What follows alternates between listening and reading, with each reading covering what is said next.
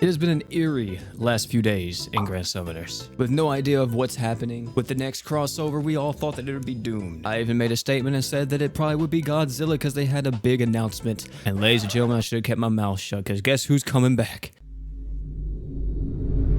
It's April 1st. Y'all can't take everything at face value now, can y'all? Grand Summoners Global has officially announced Fairy Tail coming to the game. And let me just say, with them releasing the announcement like today, it had me on edge because I was like, is this true or not? But this is completely legitimate and real. It's featured the characters from Fairy Tail such as Natsu, Lucy, Urza, and the boy Gray. All this will be happening on the 8th of April after maintenance. I've already made multiple videos on the channel talking about each of these characters if you want to watch them, but if you want a quick summary, let me tell you what this crossover is all about. We got Natsu. Natsu, of course, being the protagonist of Fairy Tail. This man is pretty much just a 100% defense ignore nuker slash attacker. Slots could be a little bit better. It has 2 5-star physicals and a 4-star magic. Even with all that being said, this man is going to be a force to reckon with. Highly recommend that if you're a Fairy Tail fan, you like Natsu, you may want to try to get him. The next one that will actually be coming out first will be Lucy. Is one of the most broken characters from this entire crossover. Pretty much Lucy is a steroid version Yo. It's very similar to him because she's also in the same Archgen type as he is, as type E. She does a lot. She permanently increases everybody's magic damage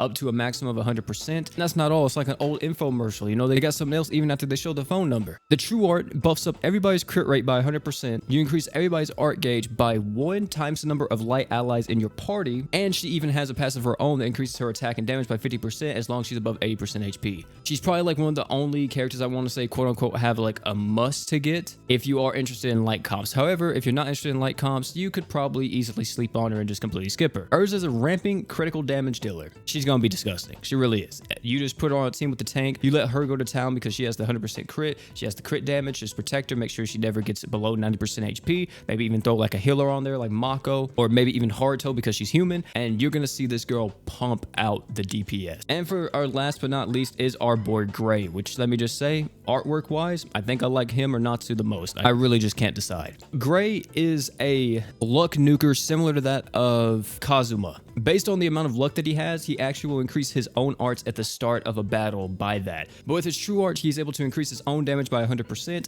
And if you use it for the first time in the quest, you increase everybody's art gauge by 50. And that's all the characters that are coming. But of course, we also have insane gacha equips too. I'm not going to list them all. I'll just name some of the ones that I found was like, okay, this is kind of broken. GS, what are you doing? Lucy Close. This is a 5-star support, and this thing is pretty much a crazier version of Silent Treasure. For 8 seconds, you increase everybody's art gauge by 2 per second, and you increase crit damage by 15% times the number of times this equip was used, up to a maximum of 60%. This thing has a 20-second cooldown. You're going to be able to spam this so easily and just rack up on the crit damage. Highly recommend you get it. There are some other good ones in here too, but to be honest, that's the one that I think is a must. If you take anything from this video, make sure that you try to get this equipped because it is absolutely bonkers.